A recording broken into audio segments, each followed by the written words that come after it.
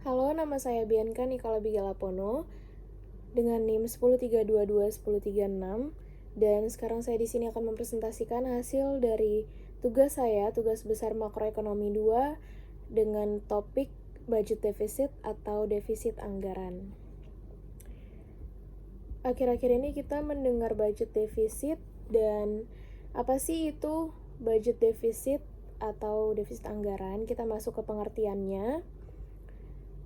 Jadi budget defisit itu adalah situasi ketika anggaran belanja negara melebihi pendapatannya. Gimana tuh maksudnya? Jadi pemerintah itu memiliki pemasukan yang lebih sedikit daripada yang harus pemerintah keluarkan. Nah, selanjutnya apa penyebab dari budget defisit atau defisit anggaran sendiri? Kita masuk ke penyebab budget defisit.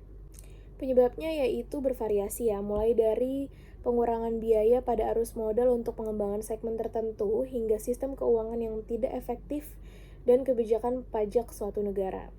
Nah, bukan hanya itu ya, ini singkatnya saja, tetapi masih ada 4 hal yang mempengaruhi untuk menjadi penyebab terjadinya budget defisit. Yang pertama yaitu daya beli masyarakat yang rendah. Rendahnya daya beli masyarakat terhadap produk maupun jasa untuk kebutuhan sehari-hari bisa memicu terjadinya defisit anggaran. Misalnya pembelian sembako, BBM, transportasi, dan listrik yang tidak begitu banyak pemasukan.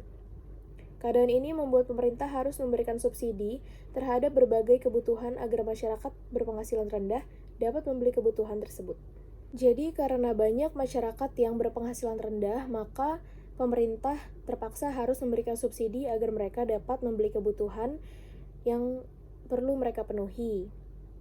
Nah, itu juga menjadi salah satu penyebab budget defisit atau defisit anggaran terhadap keuangan negara karena pemerintah harus memberikan subsidi kepada masyarakat yang berpenghasilan rendah. Lalu yang kedua itu lemahnya nilai tukar mata uang. Indonesia termasuk negara yang melakukan pinjaman uang ke luar negeri. Setiap kali ada perubahan nilai mata uang asing, terutama dolar AS atau Amerika Serikat, maka Indonesia terkena imbasnya. Pinjaman luar negeri dihitung dengan valutas asing, sedangkan pembayaran utangnya dihitung dengan rupiah. Jika ada depresiasi mata uang rupiah, maka utang Indonesia semakin besar. Ini juga termasuk penyebab dari budget defisit atau defisit anggaran karena kita berhutang kepada negara luar dan negara luar menghitung valutas menggunakan mata uang negara yang kita hutangi, sementara kita membayarnya dengan rupiah. Jika terjadi depresiasi, maka hutang Indonesia akan semakin besar, disebabkan oleh hal nilai tukar mata uang yang lemah. Selanjutnya, pembiayaan pembangunan. Sebuah negara berkembang sering melakukan investasi besar dalam hal pembangunan dan peningkatan kesejahteraan masyarakat. Pembangunan memang dapat mempercepat tumbuhnya perekonomian, namun jika tidak sebanding hasilnya pengeluaran tetap besar daripada pemasukan. Jadi pemerintah juga melakukan memberikan pembiayaan pembangunan. Tetapi apabila pemasukan dari pembangunan tersebut tetap sedikit, maka akan terus terjadi budget defisit atau defisit anggaran karena pemasukan yang tidak sebanding dengan pengeluaran.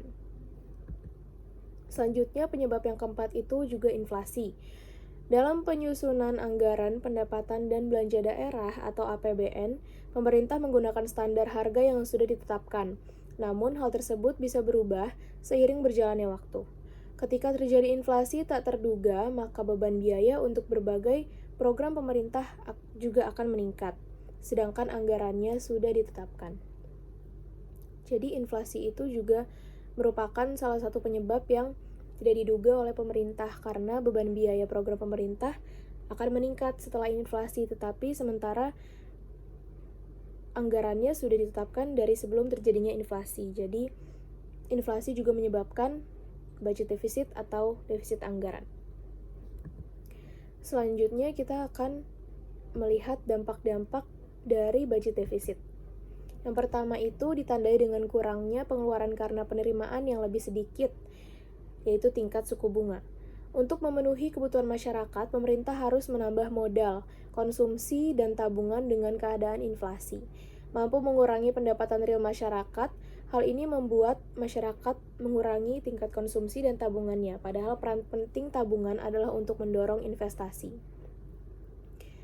Tingkat suku bunga atau interest rate juga dapat menjadi dampak dari budget defisit karena masyarakat akan mengurangi tingkat konsumsi karena tabungannya. Tingkat konsumsi dan tabungannya. Yang menambah pemasukan negara itu investasi itu sendiri. Selanjutnya dampak yang kedua dari budget defisit atau defisit anggaran yaitu pengangguran. Penurunan tingkat investasi juga berdampak pada peningkatan angka pengangguran. Suku bunga meningkat dan penurunan investasi akan membuat proyek berhenti, di mana sebuah proyek pasti memiliki banyak pekerja yang harus dikurangi. Pengangguran juga merupakan salah satu dampak dari budget defisit. Karena anggaran yang tidak mencukupi, maka sebuah proyek akan berhenti, mengurangi tenaga kerja, dan tidak bisa merekrut tenaga kerja lagi karena anggarannya tidak cukup untuk merekrut tenaga kerja. Maka terjadilah pengangguran yang semakin banyak. Selanjutnya, bagaimana cara mengatasi budget defisit atau defisit anggaran itu sendiri? Jadi dari situ resmi Kementerian Keuangan Republik Indonesia, Ibu Sri Mulyani Indrawati menyampaikan rasio pajak dan tingkat kepatuhan pajak di Indonesia bisa menghindari atau mengatasi defisit anggaran jika rasionya tinggi. Peningkatan belanja guna untuk masyarakat miskin dan mengurangi kesenjangan. Selain meningkatkan pajak dari sisi penerimaan kas negara, juga bisa menerbitkan obligasi sehingga meningkatkan penyerapan uang masyarakat. Melakukan pinjaman uang menjadi pilihan yang terakhir, baik melakukan pinjaman dari bank maupun dari luar negeri. Dari sisi pengeluaran, pemerintah bisa melakukan pemotongan biaya program tertentu. Program yang tidak memberikan pengaruh terhadap pajak, devisa, dan sektor, dan lain-lain, sebaiknya dikurangi. Kemudian, pengurangan pengeluaran rutin dan mengurangi subsidi yang terlampau besar seperti BBM, sembako, listrik, dan lain-lain. Hal tersebut bisa membantu mengurangi atau menghindari defisit anggaran itu sendiri. Sekian presentasi dari tugas besar makroekonomi saya dengan topik budget defisit. Apabila ada kesalahan kata maupun kesalahan teori, mohon dimaafkan. Terima kasih dan sampai jumpa.